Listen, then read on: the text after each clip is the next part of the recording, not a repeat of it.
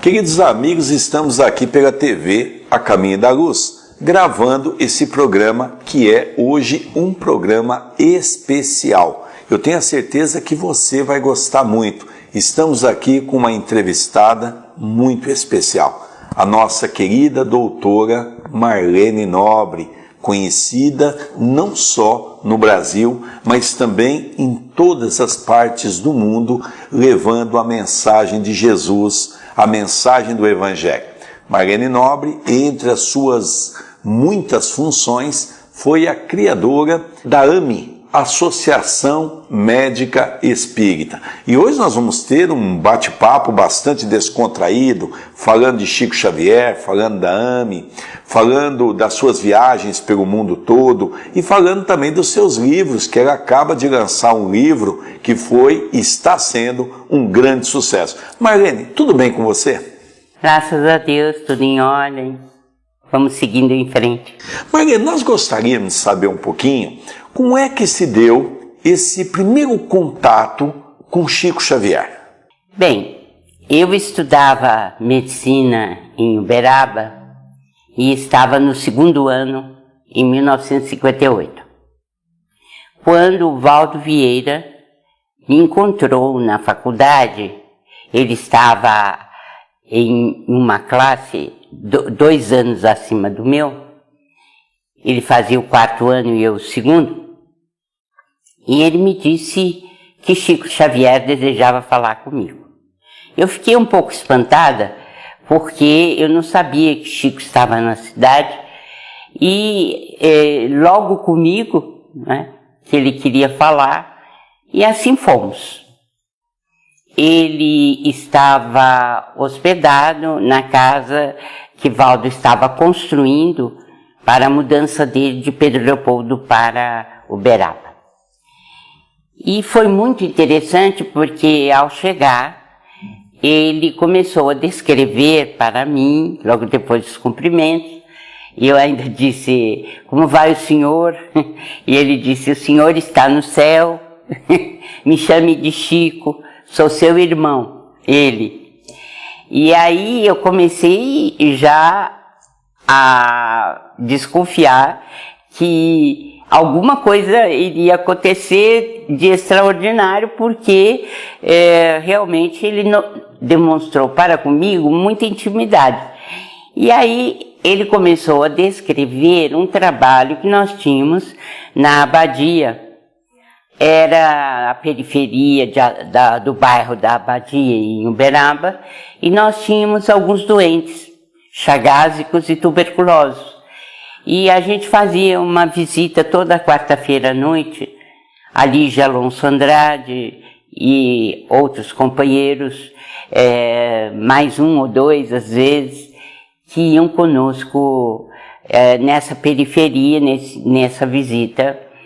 Lá não tinha luz elétrica, e de modo que nós tínhamos que caminhar com um lampião daqueles pneumax, e o seu Lázaro que levava o lampião à frente, e nós íamos seguindo os passos do seu Lázaro. E Chico começou a descrever a caminhada, como é que nós chegávamos lá. A Marcolina estava numa cadeira de rodas, em virtude já de problemas de doença, e ela nos recebia à porta da casa dela, né? E era interessante porque nós cantávamos o hino à Sheila assim que a gente chegava. E o Chico começa a descrever como é que nós cantávamos, quem participava e o que nós fazíamos lá.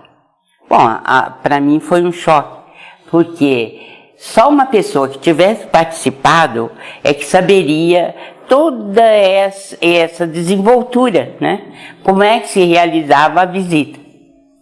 E já então, impressionada com a mediunidade dele, né, uma descrição tão perfeita, eu fiquei realmente chocada.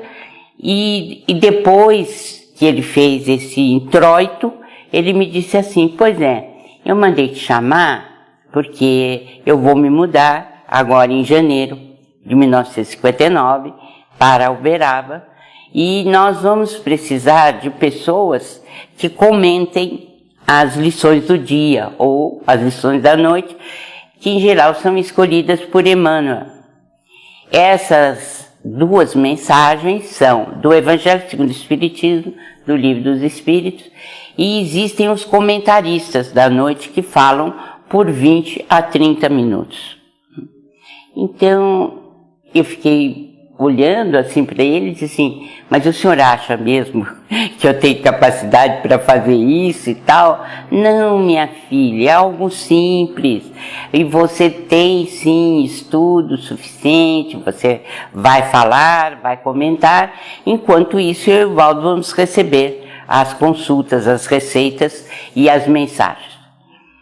E me disse algo também interessante, que naquele momento não dava para compreender tão bem quanto eu compreendo hoje.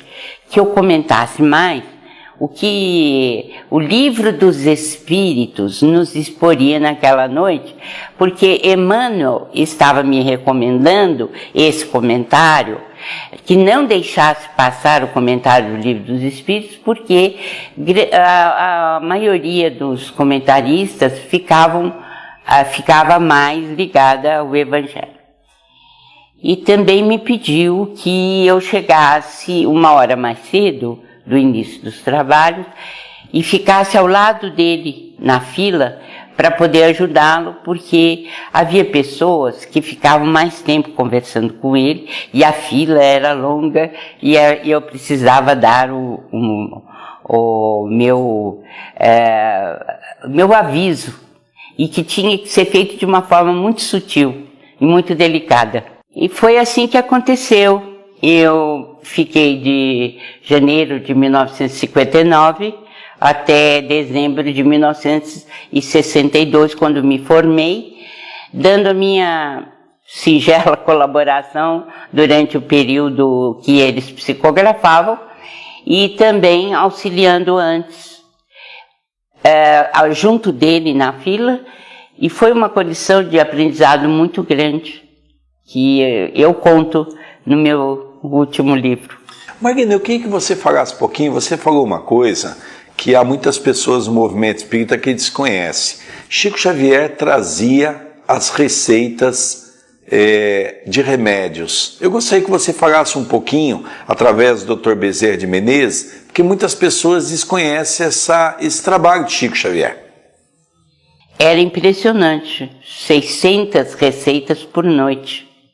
Quer dizer, eu jamais vi nenhum médium psicógrafo fazer algo semelhante. E segundo a descrição do André Luiz Nos Domínios da Mediunidade, era colocado um espelho que tinha a finalidade de projetar como se fosse uma televisão. E nesse espelho era lançado o perispírito da pessoa que estava pedindo a receita. A pessoa podia ser encarnada ou desencarnada. E os espíritos eram uma equipe muito bem aparelhada que dava o receituário. E o chefe dessa equipe era o Dr. Bezerra de Menezes, para o receituário. E como era vertiginosa, não tem outra palavra, a psicografia do Chico, quem vê assim os filmes daquela época fica impressionado, né? Porque era uma velocidade impressionante e a pessoa até pensa que o filme foi acelerado. Mas você vê as pessoas ao lado, elas se mantêm sem movimentação. E você vê então que é apenas o lápis que corre rápido. E o receituário era feito pelo Dr. Bezerra de Menezes e sua equipe. Então havia receituário de homeopatia e às vezes complexos biopáticos que eram feitos e muitas vezes era aconselhado um remédio que não era bem conhecido na praça, né, e inclusive de muitos médicos. E havia casos interessantíssimos relacionados a isso. Doutora Margarine, nós sabemos que você também teve contato com o Dr. Canuto de Abreu, que teve uma participação muito grande de um resgate de um material do nosso querido Allan Kardec. Você teve muitas experiências com Chico Xavier. Lógico que seria num programa de 1 hora impossível você contar para nós todas essas histórias. Mas eu gostaria que você se lembrasse no seu arquivo mental algumas histórias que mais marcaram a sua convivência com o médium Chico Xavier. Você falou de Canuto Abreu, né? Ele resgatou, comprou o espólio de Allan Kardec de Paris, do governo francês. Eu tive a oportunidade de ir à casa do Dr. Canuto e vi as anotações do próprio punho de Allan Kardec. Interessantíssimas as anotações dele, e uma delas dizia: depois que Zéfiro me disse que eu fui Platão, é que eu compreendi a minha missão. Então, ali está anotada a caracterização ou a informação, melhor dizendo, né, de que Kardec foi Platão. E depois eu tive a confirmação através do Chico em uma reunião em uma das aparições públicas dele, quando ele autografou diversos livros no Clube de Regatas Tietê. E aí eu fiquei sabendo de muitas coisas, houve essa confirmação dele. Mas são tantos os casos que a gente teve juntos, né, que fica difícil fazer assim uma seleção nesse momento a respeito desses casos. Por exemplo, eu me arrisquei a fazer o livro Chico Xavier, Meus Pedaços do Espelho, em virtude da interpretação que o próprio Chico nos deu de determinadas etapas da vida dele ou de episódios da vida dele, com interpretação dele, né? E isso não tinha visto ainda nos biógrafos. Isso me animou a fazer, como foi o caso do sobrinho dele, Emmanuel Luiz, né? E tudo aquilo que cercou os 12, 13 anos de vida desse menino. Porque é uma grande lição que Chico nos dá de abnegação, né, de cuidado para com seu sobrinho. E também a morte do José Xavier, seu irmão, em que há detalhes muito interessantes de como se deu a vida do José depois da desencarnação. O que é que ele fez, o que ele continua fazendo, e porque isso também nos traz grande lição e grande ensinamento, porque era para José ter ficado 11 anos preso a uma cadeira de rodas, incapacitado de pensar, de raciocinar conscientemente. O Chico nos ensinou algo inesquecível, porque durante muitas horas os espíritos Emmanuel, André Luiz, Bezerra de Menezes, Meimei, oraram junto do corpo do José Xavier e obtiveram dos planos siderais a oportunidade da desencarnação dele. Então, ele teria que ficar 11 anos preso a essa cadeira de rodas, mas em virtude de ter trabalhado 11 anos auxiliando o Chico no Centro Espírita Luiz Gonzaga, houve um veredito favorável do mundo espiritual para que aquela dívida fosse paga pelo trabalho que ele desempenhou. O que vem a reforçar em nós a necessidade do trabalho espiritual. Essa interpretação do Chico, quer dizer, essa informação dele, inclusive a sequela que deixou no mundo espiritual, isso tem interesse para nós médicos, não? O fato dele ter desencarnado daquela maneira. E abruptamente levou a não ter, vou dizer, muito controle mental, perispiriticamente falando, né? Seu corpo espiritual. E ele então teve a ajuda de São Luís Gonzaga no mundo espiritual, que lhe atirou uma espécie de camélia, uma flor. Essa flor entrou como se fossem fluidos e ele ficou completamente curado, porque ele caía, ele tinha síncope, ele caía e não, só depois que conseguia se levantar. Então são pequenos detalhes que ele nos contava, mas de grande ensinamento.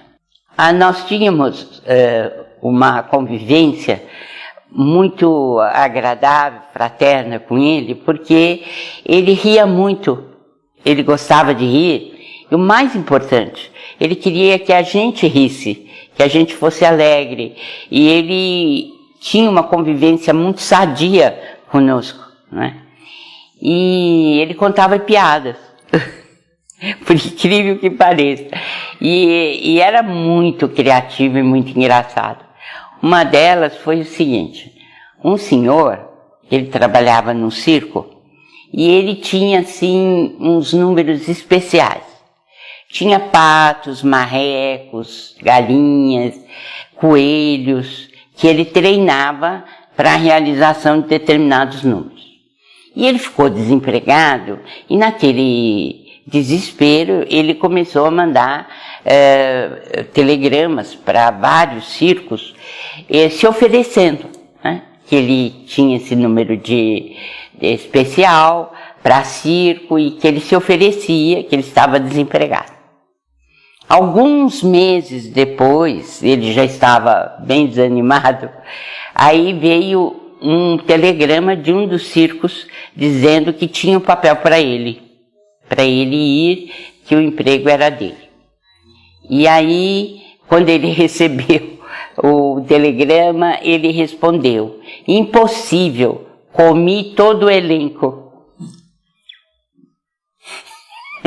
Não sobrou nada. Passou tanta fome, coitado. E assim também, às vezes chegava um dos nossos irmãos já com os efeitos do álcool, né? E ele dizia: seu Chico, então alguma coisa e tal, ficava conversando com ele devagar. Aí ele ia devagarinho, botava a mão no bolso assim, tirava alguma coisa e dava para ele. Aí ele virava para a gente, depois que ele saía, e falava assim: assim ele vai dormir mais depressa. A gente não tinha pensado nisso, né? Mas já que ele está nessa situação, é como o Caio Bachuti dizia: não sei se é para comer ou se é para beber, eu dou, né? Então, Chico tem mais essa nuance interessante, né? O caso dele com os animais, por exemplo, muitos desses casos são hilariantes e nos dava também essa noção de inocência dele, né? Chico tinha tal pureza que as atitudes dele eram sempre assim, de cordialidade, de gentileza, e você percebia isso nas mínimas coisas que ele fazia. Por exemplo, quando o seu Agnello ia jogar firmicida tatu, né, nas saúvas, porque elas estavam comendo todas as roseiras do Chico e um formigueiro estava enorme. E aí o Chico ficou sabendo que iam atirar veneno.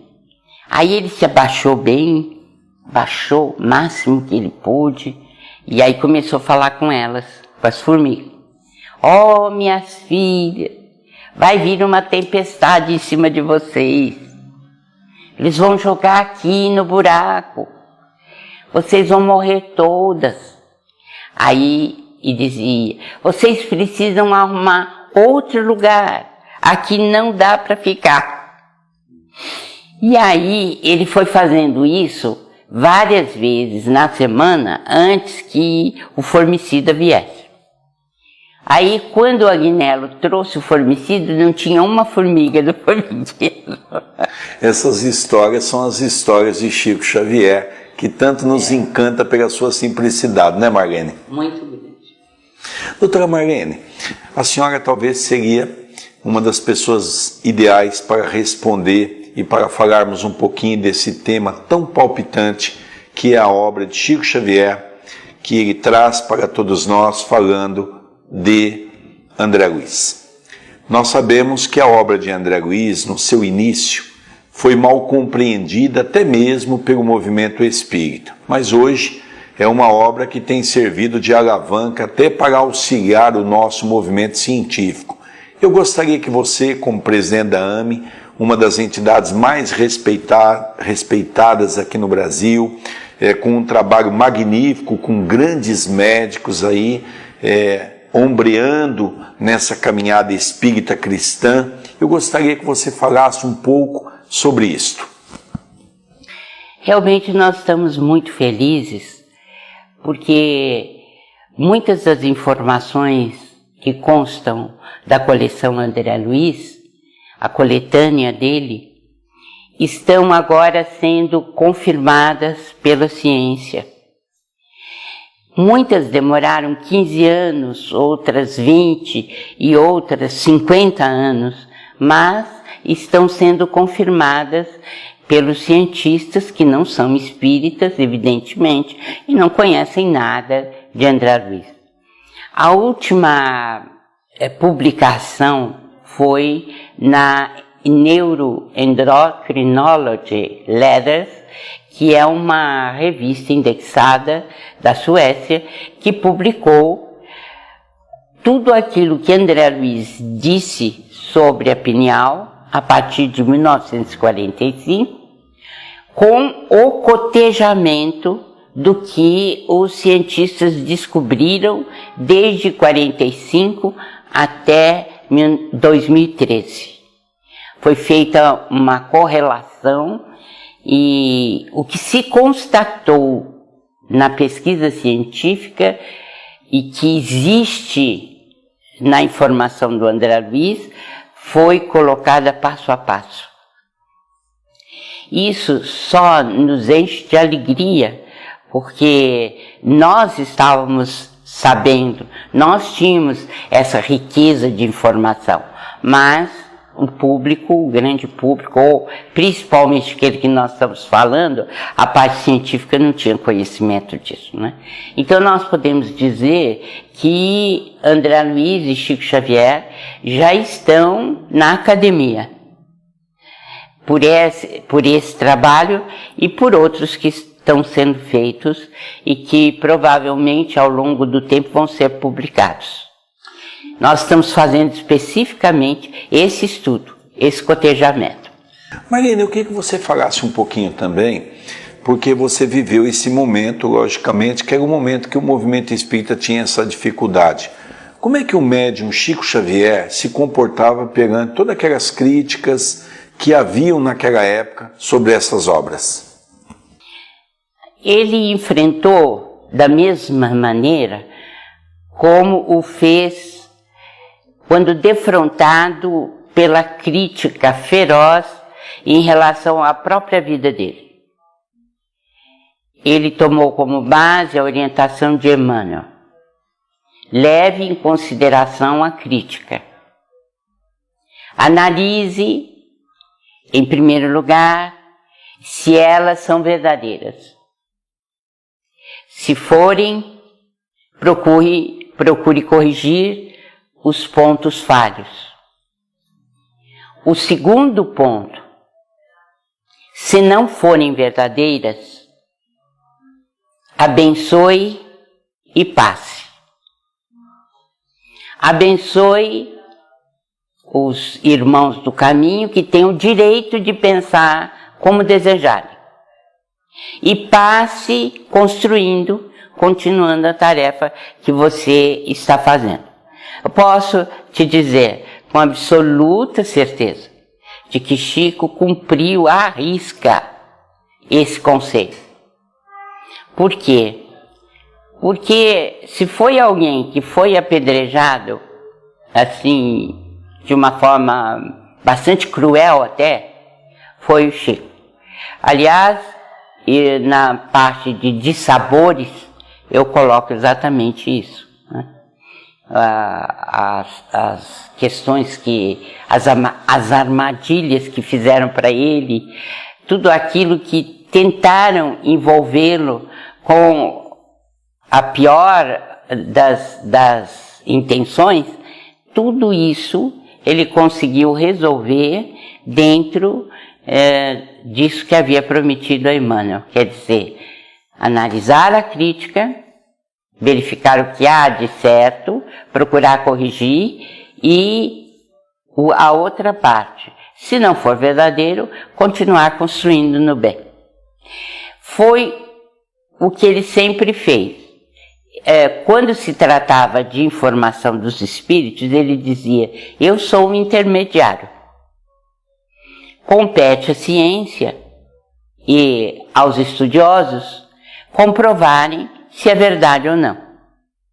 Nós vimos agora, Emmanuel trouxe que na destruição de Pompeia entrou um terremoto, né, que não tinha sido relatado historicamente. E, no entanto, agora ficou comprovado que o vulcão só voltou a funcionar daquela maneira porque houve um terremoto subreptício que levou a um tremendo de uma explosão desse próprio vulcão, né? Isso citando rapidamente uma questão histórica. E na questão, por exemplo, científica, não apenas o que eu relatei em relação à glândula pineal, mas em relação ao pensamento, ao cérebro, tudo isso está sendo comprovado e nós vamos ter oportunidade, se assim Deus o permitir, de resgatar todos esses assuntos e demonstrar a veracidade da informação mediúnica. Nós vamos ter, se Deus quiser, esta oportunidade, porque já estamos trabalhando nisso. Está caminhando para isso. Está caminhando para isso. Inclusive a informação de que o elétron é dissociável, que até agora não houve comprovação por parte da física, mas nós estamos acompanhando de perto a evolução para sabermos como isso vai se dar. Marina, a gente sabe que o Chico Xavier foi essa figura fabulosa, esse grande espírito que viveu na condição de um missionário. Eu me lembro que há muitos anos atrás, Adelino da Silveira, juntamente com você, doutora Marlene Nobre, sempre levantaram a bandeira pelos estudos que vocês fizeram de uma maneira muito racional, respeitável, de uma maneira muito profunda, a ideia de que Chico Xavier era a reencarnação de Kardec. Hoje você está lançando um livro e esse livro vem retificar ainda mais esse conceito. Você ainda continua cada vez mais com esse posicionamento? Eu não tenho dúvida alguma, porque foi mais ou menos no ano de 1960, eu tive essa visão. Eu estava ao lado dele na fila, ele me chamou e quando eu me voltei para responder, eu já não estava mais naquele ambiente. Era o século XIX, ele estava vestido como Allan Kardec e trabalhando na escrivaninha dele. E eu estava num estado alterado de consciência. Não estava ali conscientemente em Uberaba. E aí, ao responder para ele, eu respondi: professor. E aí, quando eu me dei conta, ele estava rindo muito, Chico. Já não era mais Allan Kardec. Ele estava rindo muito. E ele disse assim: Uai, minha filha, você está vendo o nosso passado? A partir daí, eu tive tanta certeza, mas tão absoluta, que nada mais pôde modificar a minha maneira de pensar. E, aliás, tudo que ele me disse desde então foi como se ele tivesse essa certeza de que eu sabia que ele era Allan Kardec. Então ele falava para mim como tal. Inclusive tem um capítulo do meu livro que eu falo, relembrando o passado, foi exatamente o que aconteceu. Quer dizer, em determinadas conversas, foi como se a gente estivesse no século XIX e ele dando notícias do que tinha acontecido àquela época. De modo que, durante muitos anos da minha vida, enquanto estive lá, os 4 anos, a gente teve certeza e já conversava como se ele fosse, né? Ele só não permitia que a gente falasse. Isso não. Eu gostaria, Maria, que você desse continuidade nessa colocação, que eu acho que é o que você vai falar, mas gostaria que você desse uma ênfase, porque realmente tem muitas pessoas que dizem isso, mas Chico nunca falou. Lógico, seria uma questão até de bom senso, que o Chico, na sua simplicidade e na grandeza espiritual, jamais ele sairia dizendo isso, não é?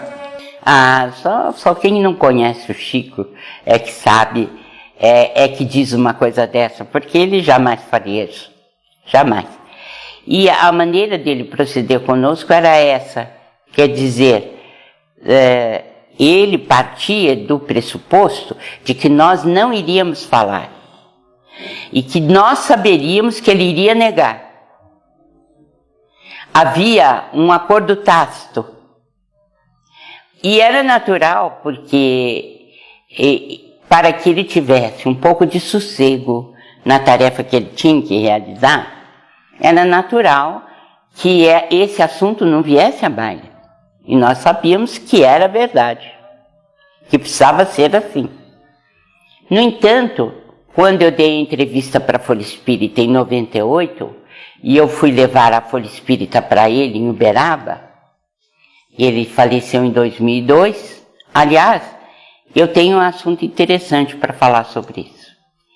Quando foi no final de 1996, estávamos adentrando quase 97, eu encontrei a Sônia Bastante lá na fila em Uberaba. Aliás, foi em 97. Fevereiro de 97, eu estava meditando e pedindo aos espíritos que me inspirasse quando é que eu deveria falar que Chico era Allan Kardec. Porque eu não queria fazer isso depois da desencarnação dele. Isso foi em fevereiro de 97. Carba Schutter me apareceu e disse assim: você tem certeza de que é isso que você quer fazer? Eu falei, absoluta. Eu quero dizer e quero fazer antes que ele desencarne. Aí ele disse assim: você tem certeza do terremoto que vai cair sobre sua cabeça? Falei, tenho. E quer correr o risco? Quero. Tá bem. Nós precisamos. Olha o termo que ele usou. Nós precisamos. Por isso, quando chegar o momento certo, eu vou lhe dar o aviso. Aí era fevereiro de 97. Em dezembro de 97, eu estava na Comunhão Espírita Cristã, no Grupo Espírita da Prece, desculpe, e aí ia me despedir de Chico, porque, por incrível que pareça, depois de 5, 6 anos sem comparecer, era a primeira vez que ele estava voltando ao Grupo Espírita da Prece. E eu fiquei num entusiasmo medonho, e aí peguei a fila, que ia cumprimentá-lo, e na fila eu encontrei a Sônia Barçante. E aí a Sônia falou: Marlene, você não sabe por que eu estou aqui? Falei: não, o que aconteceu? Ela falou assim: o Toninho Baduy recebeu uma mensagem no Cometrim, no fim de outubro. E nessa mensagem dizia que Allan Kardec estava reencarnado e que era o Chico. E o Toninho me mandou aqui para saber se o Chico aprovaria a publicação da mensagem. Aí eu falei: olha, Sônia, eu tenho o máximo interesse em saber o que o Chico falou. Mas o que foi que ele... quer dizer, como eu não posso ficar, você poderia me telefonar? E aí dei a ela os telefones meus de São Paulo e cumprimentei o Chico, me despedi dele e fui para a comemoração dos 50 da faculdade, quer dizer, nós estávamos fazendo 45 anos de formado.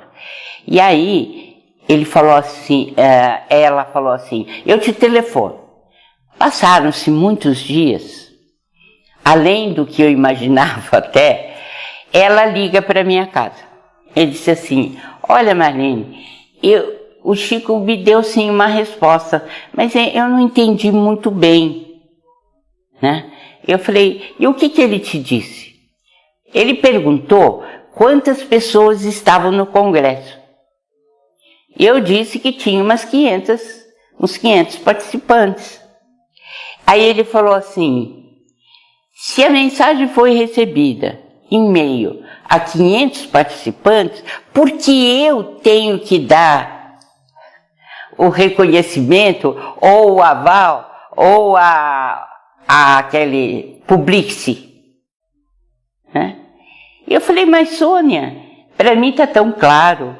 O que o Chico quis dizer é que, diante de uma plateia como aquela, e da seriedade do evento que estava sendo praticado, por que ele teria que dizer para publicar, se já tinha sido garantido pelos espíritos, com a presença dos espíritos que estavam lá?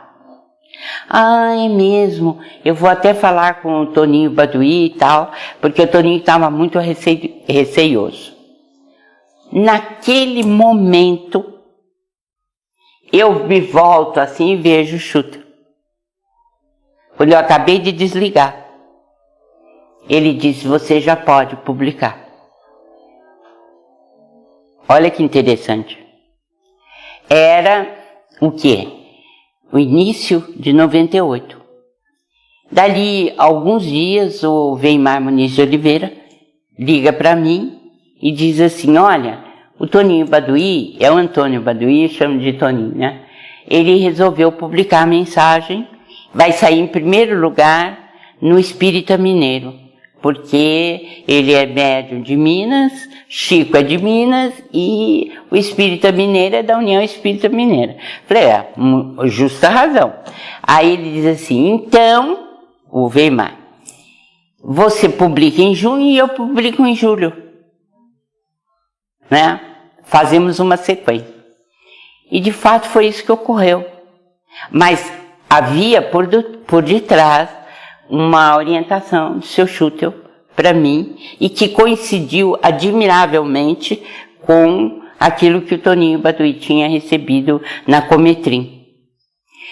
E o interessante é que quando eu fui em julho eu fui levar a Folha Espírita de junho, e o Weimar foi levar a Revista de Goiás, que ele era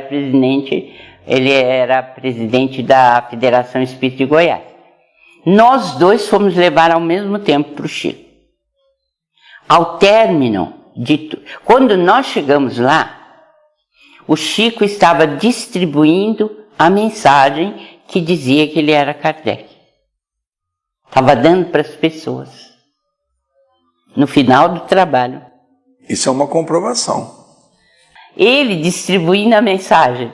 E aí, ele me chamou, quer dizer, o Weimar estava do outro lado, eu estava para cá, e aí ele disse assim, eu pedi a 5ª moratória e não me deram. Ele falou comigo. E disse assim, então, eu estou indo. Agora é com vocês. Mas o mais interessante é que ele falou a mesma coisa para o Weimar. Quando nós saímos, eu falei, uai, Weimar, ele deu o mesmo recado para você e para mim. Estou indo. Não me deram a 5ª moratória, agora é com você. Quer dizer, ele sabia perfeitamente o que nós tínhamos feito. E ele aprovou, porque se não tivesse aprovado, ele não diria isso. Agora é com vocês. Que administrem como vocês quiserem a questão. Eu não vou ficar, vou embora. Entendeu? De modo que, sabe, são tantas as certezas, são tantas as maravilhas que a gente ouviu do Chico, informações admiráveis da época do Kardec, tudo quanto ele nos disse a respeito da codificação.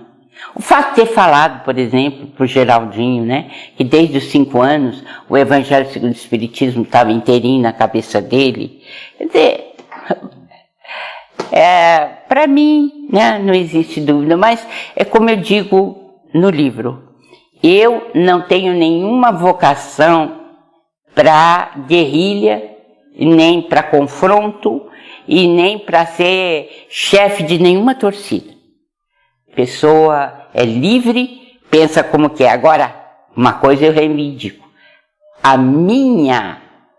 O meu direito de dizer. Isso eu reivindico. Porque a pessoa não pode me cercear. Uma coisa interessante. Tentaram, mas não conseguiram. Uma coisa interessante, doutora Marlene, que eu acho que uma das coisas que a gente aprende no movimento espírita e que infelizmente é pouco respeitado, é exatamente nós respeitarmos a opinião do outro.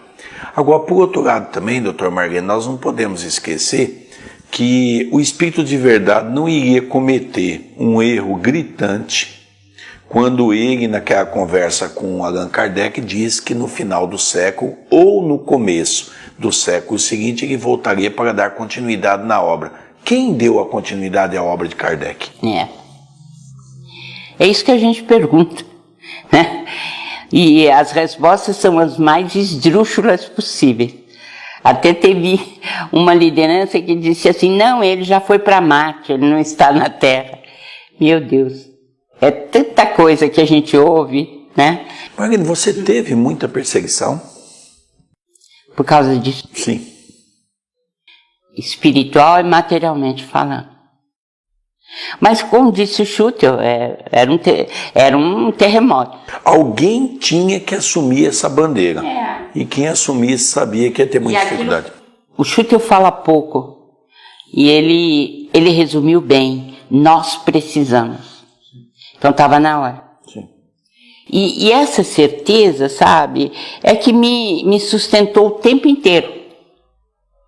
A certeza de que estava na hora de nós pleitearmos essa maravilha que é a reencarnação de Allan Kardec, 200 anos certinhos. Porque, se você fizer a conta, ele nasceu dia 3 de outubro de 1804 e faleceu dia 30 de junho de 2002. Se você fizer as contas, para 200 anos, faltam 1 ano e 8 meses. Mas não faltam, porque o plano espiritual considerou as 2 gravidezes, 9 meses cada uma. Deu 200 anos certinho.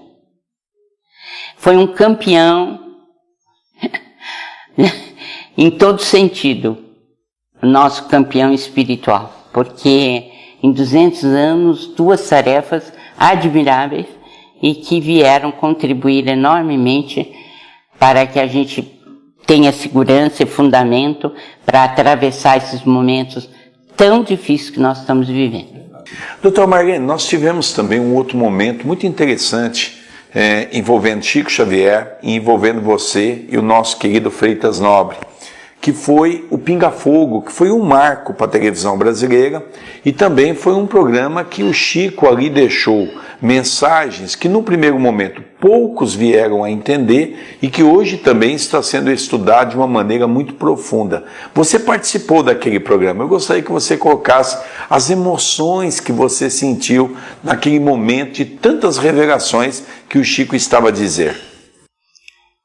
Realmente, houve um divisor de águas, antes e depois do Pinga Fogo. E isso é inegável, e ele se tornou uma figura de mídia da grande massa, né?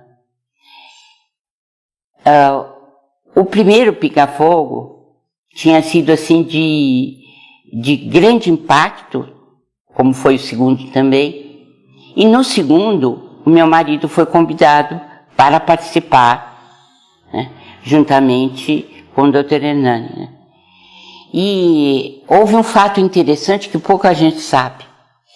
Chico telefonou na véspera do Pinga Fogo, segundo, para casa.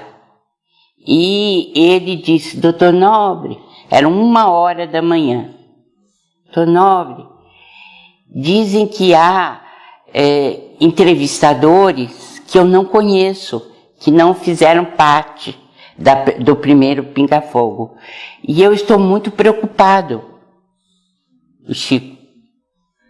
Aí o meu marido disse para ele: Chico, eu posso lhe assegurar que não vai ter nada de aborrecimento, de dissabor, porque eu vou estar na bancada de entrevistadores e se alguém ousar colocar algo que desabone o seu trabalho, ou a sua pessoa, ou a doutrina, eu vou intervir.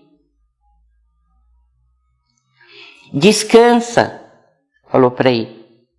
Deita, descansa, dorme, porque não vai acontecer nada.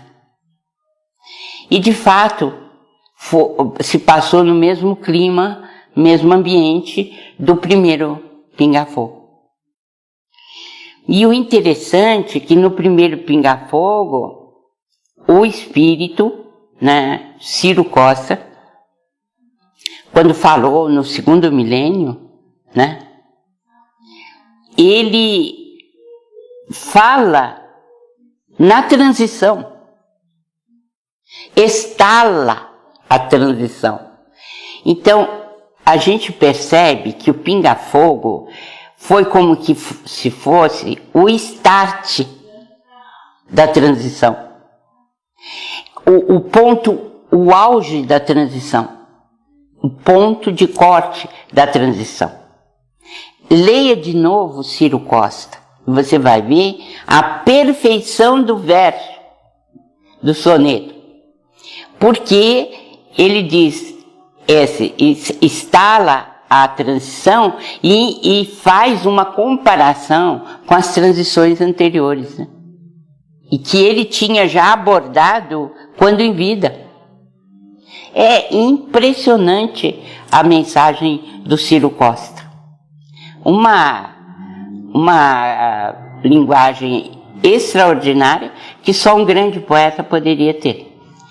Mas o Pinga Fogo, como eu disse, tem essa vantagem de ter não apenas mostrado, escancarado para o mundo o que é o Espiritismo e ter derrubado muitos preconceitos, porque as pessoas não tinham uma mínima ideia de que o Espiritismo fosse tão abrangente, não tinham ideia, né? E coube ao Chico mostrar esse ecumenismo do Espiritismo a abrangência da doutrina, né, e o grande sentido de fraternidade e amor que o Espiritismo enseja na sociedade. E o meu marido sempre foi muito amigo do Chico, e o Chico dele, né? Eles eram um carinho muito grande um pelo outro. E ele recebeu do Chico mensagens do Bezerra de Menezes a respeito da tarefa dele como político. E eu posso lhe dizer com toda segurança que o Freitas seguia à risca o que o Dr. Bezerra lhe transmitia. E ele sempre teve no Chico Allan Kardec. Para ele não havia diferença entre um e outro. Quer dizer, para ele era natural que Chico fosse Allan Kardec. E o tinha em consideração muitíssimo grande, exatamente por ser um apóstolo do Cristo. Verdade. Essa transição, doutora Margarina, que a senhora fala, nós vemos, por exemplo, aquele livro que fez realmente muitas pessoas pensarem, você juntamente com Geraldo Lemos Neto, também um grande trabalhador que está resgatando a obra de Chico Xavier, que não havia sido publicado, que era em 2019. Eu gostaria que você falasse um pouquinho dessa transição que o Chico falou a vocês. Esse livro, na verdade, foi-me intuído pelo mundo espiritual em 2011. Os espíritos queriam que a gente alertasse, porque estava todo mundo se preparando para 2012, e a informação que o Chico trazia era diferente, que terminaria o prazo que Jesus deu de 50 anos em julho de 2019 e não em 2012.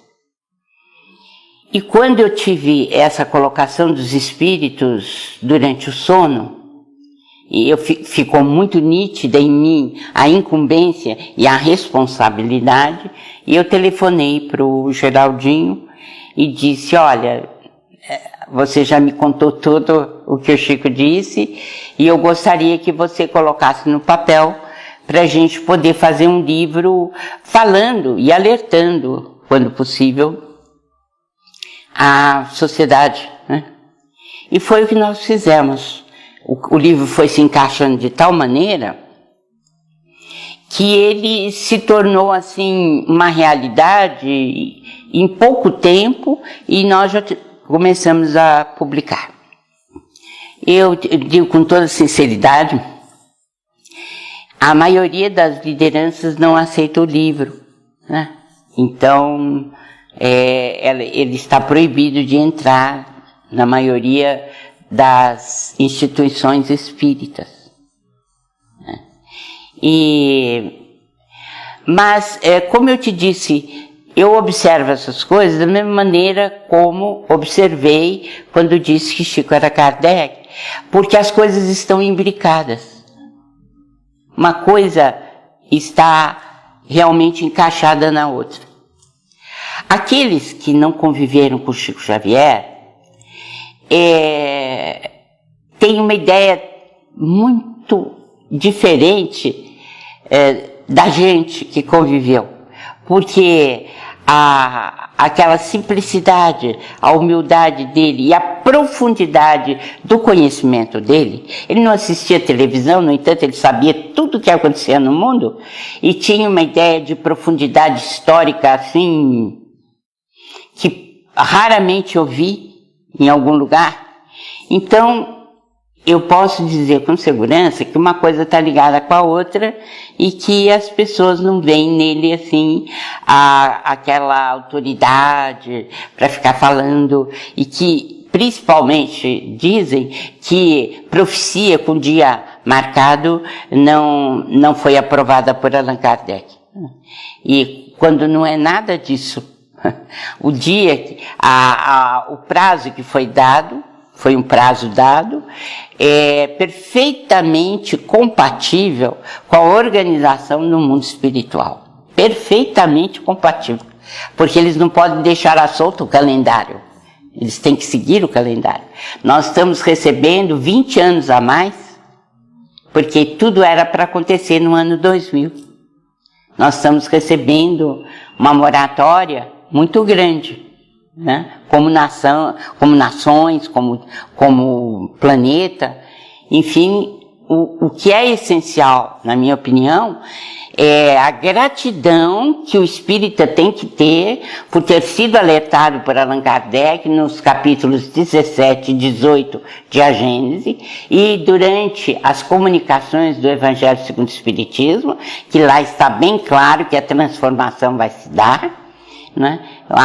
Eu disse a gratidão que nós temos de ter por essas informações e trabalhar com todo o nosso empenho para exercitar o nosso cristianismo, aquilo que nós trazemos dentro de nós, para contribuir em favor da paz. Isso, eu acho que nós, mesmo que não concordemos com o livro, mas nós temos que nos empenharmos cada vez mais na construção da paz do mundo. Isso é essencial, não é? E tempo virá e não está longe em que nós temos que dar o testemunho diante do sofrimento enorme de tudo aquilo que nós recebemos. A finalidade do livro é essa. Doutora Marguerite, é uma coisa interessante. Eu vejo assim você dizer, eu sem sombra de dúvida não tenho, sempre pensei dessa maneira, tenho acompanhado o seu trabalho. Acho que você não vai gostar muito do que eu vou dizer, mas eu tenho você como uma das grandes líderes do movimento espírita aqui no Brasil. Eu me sinto muito pequena para isso. E uma das coisas que eu acho que você vai concordar é que nós vemos uma parte dessa liderança que você menciona, falar sobre determinados livros, como esse que você está se referindo, e o mais grave, sem ter lido o livro. Você não acha isso um assunto gravíssimo? Não gostei, não li, não quero saber, né? É interessante. Mas a vida já me ensinou algumas coisas, né? Ainda mais a convivência com o Chico, é o seguinte, se você tem um foco, se você tem uma certeza, se você tem orientação espiritual, você tem que fazer o que a consciência determina. Se há aprovação, se não há aprovação, nós todos vamos desencarnar. Não adianta ficar com ansiedade agora, porque a B, C ou D não gostou, não quer saber. A, B, C ou D não dirige o mundo, não dirige as coisas, né? Então, posso estar errada nas orientações espirituais que recebi? Posso, né? No entanto, eu tenho livre-arbítrio, né? Eu tenho que seguir aquilo que a minha intuição diz que é verdade e que precisa ser feito. E essa orientação a gente teve com o Chico. Não é petulância, não é em absoluto qualquer orientação nossa no sentido hegemônico ou de imposição de ideias. Absolutamente. Mas apenas estamos no exercício do livre-arbítrio.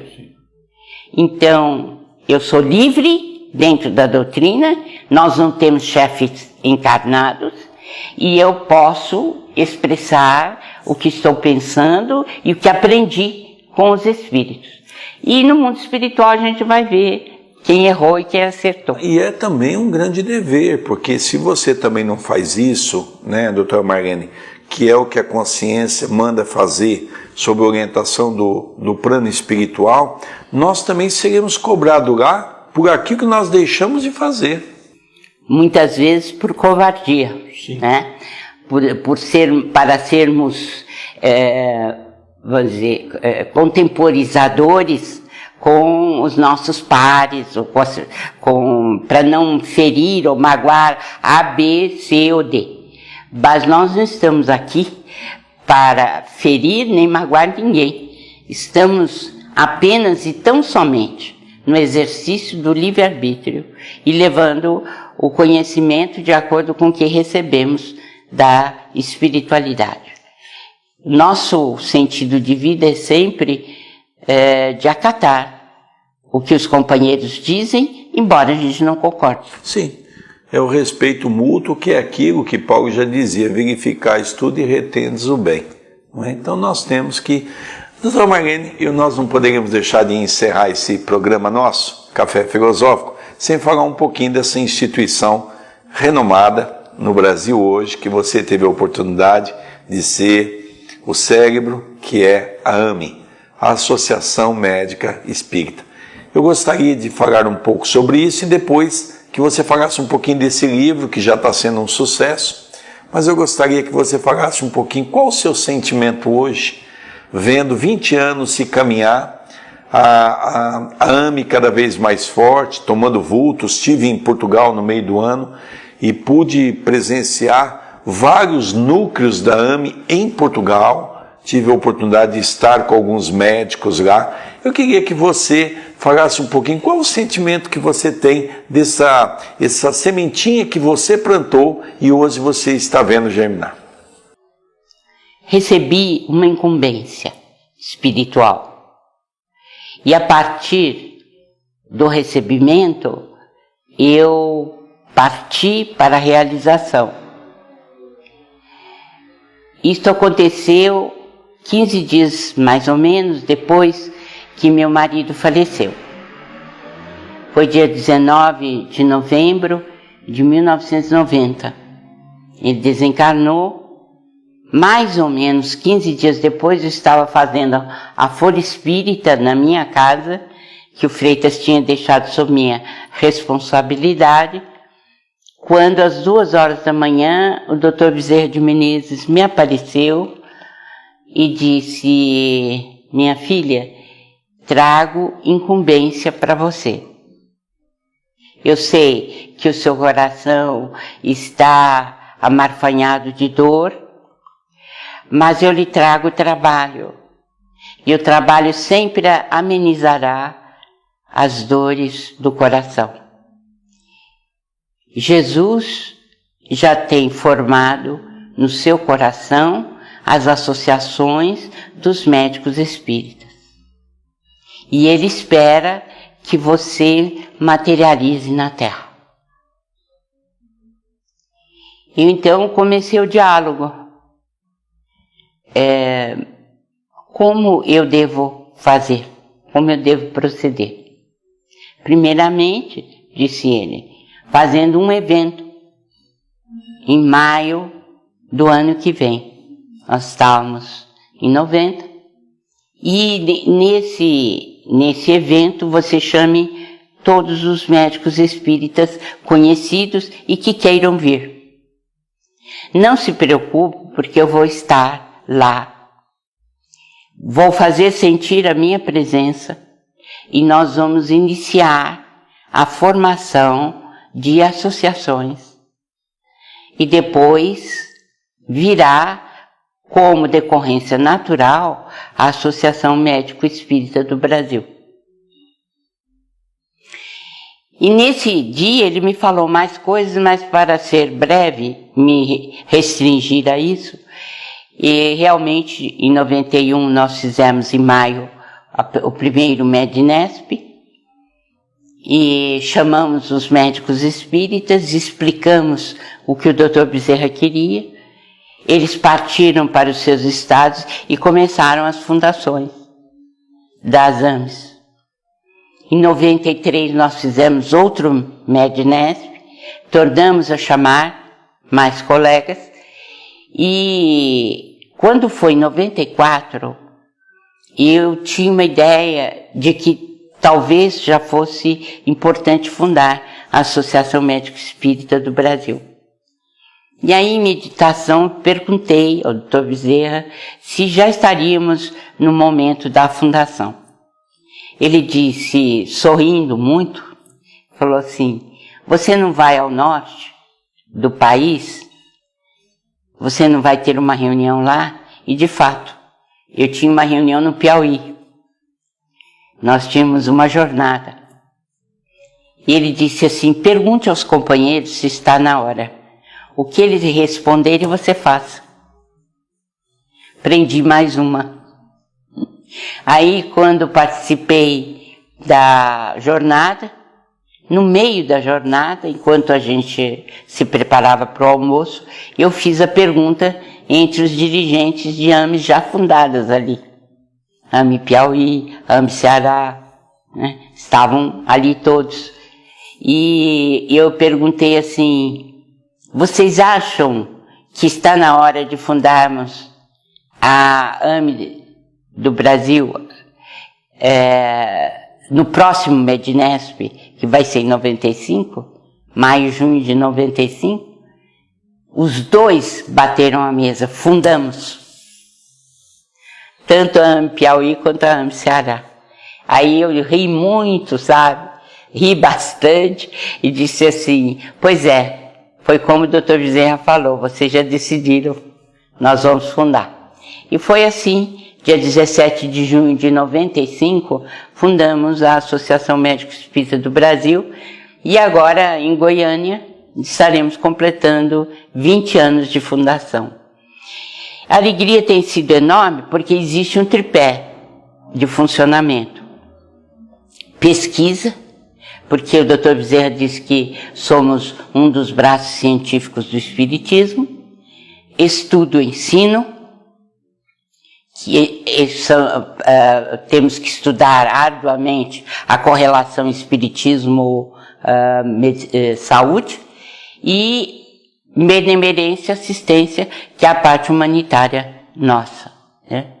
E assim as AMEs têm procurado desenvolver o seu trabalho, estudando, pesquisando, colaborando com os centros espíritas em parceria, de acordo com a necessidade de cada centro espírita.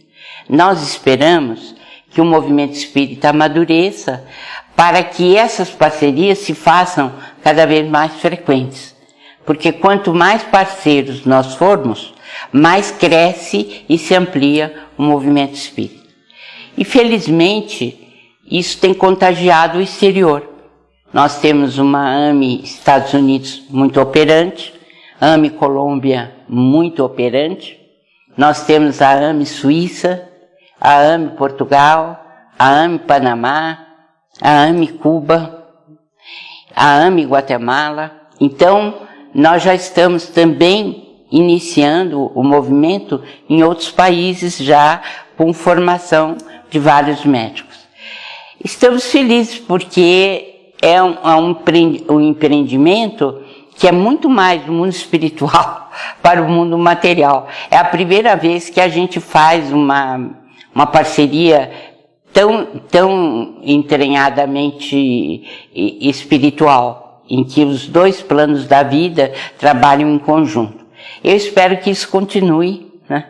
E que tudo aquilo que sonhamos como sendo um novo paradigma para a saúde realmente se fundamente e possa continuar a trazer bom êxito aqui no mundo corpóreo. Nós estamos então partindo para o nosso encerramento do Café Filosófico hoje com essa convidada especial, doutora Marlene Nobre, presidente e fundadora da AME, e também ela é jornalista, escritora, médium, palestrante, tem trazido uma grande contribuição para todos nós. Marlene, eu queria que você falasse um pouquinho dessa obra que eu sei que já é um sucesso e tem acompanhado pelas mídias no Brasil. Então, eu fiquei numa dúvida, como eu disse para você, no princípio, se eu deveria ou não escrever. Porque, afinal de contas, não era uma biografia, como de fato não é, mas tocava em vários pontos da própria biografia do Chico. E se era tão conhecida já a biografia dele, haveria razão para eu fazer mais um livro, né, sobre isso? Mas eu raciocinei da seguinte forma: o próprio Chico me pediu para fazer. Quando eu fui entregar para ele a Folha Espírita em Revista em 1977 em Uberaba, ele ficou tão entusiasmado que ele me disse: olha, eu queria te pedir uma coisa. A revista, ela se perde, mas o livro não. gostaria que você transformasse a revista em livro. E naquele dia eu prometi para ele que faria isso. E esse livro é uma resposta. Só que naquela época, é claro, até 77, a biografia era bem menor e o contato era bem menor. E a partir de 77, então, eu comecei a coligir os dados que me vinham na memória, e são pedaços do espelho, são pedaços da vida de Chico Xavier que eu tive oportunidade de viver, de conviver, de saber o que ele pensava. Então eu transformei isso no livro. Acredito que mesmo conhecendo a biografia do Chico, como muitos conhecem, mas existem pontos interessantes de análise do próprio médium a respeito do que se passa, e outras entrevistas que talvez as pessoas não tenham conhecimento, né? Como a do José de Paulo, que traz tantos esclarecimentos sobre Pedro Leopoldo. E outros dados, por exemplo, que ele nos falava em Uberaba, mas que a gente foi buscar nos biógrafos para fazer uma continuidade. Então, descrever o que o biógrafo fala e com a interpretação do Chico. Eu tive um enorme prazer de fazer esse livro. Foram 3 anos de muita dedicação, muitas horas. Quem escreve sabe o que estou falando, né? Mas eu procurei ser sincera. O ponto básico do livro é a sinceridade com que eu coloco tudo. E o Chico tinha essa capacidade, que eu não vi em nenhuma pessoa até hoje. Ele, quando falava, ele marcava profundamente o seu pensamento e a sua mente. Você jamais esquece. Você não esquece. E foi o que aconteceu ao fazer esse livro. Eu me lembrava a maneira como ele dizia, o sorriso dele, a expressão que ele tinha usado, né? Pode ser até que as palavras não sejam absolutamente as mesmas, mas é muito próximo, porque é como se um pirógrafo, né, escrevesse no seu cérebro. Você tem a lembrança perfeita daquilo que ele falava. É uma característica do Chico e só pode ser de um espírito muito evoluído para poder marcar tão profundamente a presença dele. Eu estou muito feliz de ter podido fazer o livro. Foram 44 anos de convivência. E vale a pena você adquirir esse livro, porque você vai estar também estudando uma parte dessa convivência, porque falar de Chico Xavier é uma coisa, viver com Chico Xavier é outra coisa. Foi muito diferente. Doutora Marlene, eu gostaria de te agradecer esse carinho que você nos recebeu na sua casa. Sentimos aqui a presença dos amigos espirituais do nosso Caibar.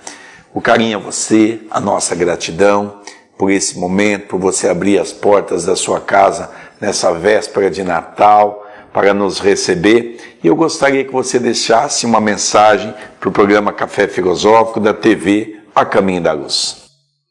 Meus amigos, meus irmãos, eu tive imenso prazer de estar na companhia de todos vocês.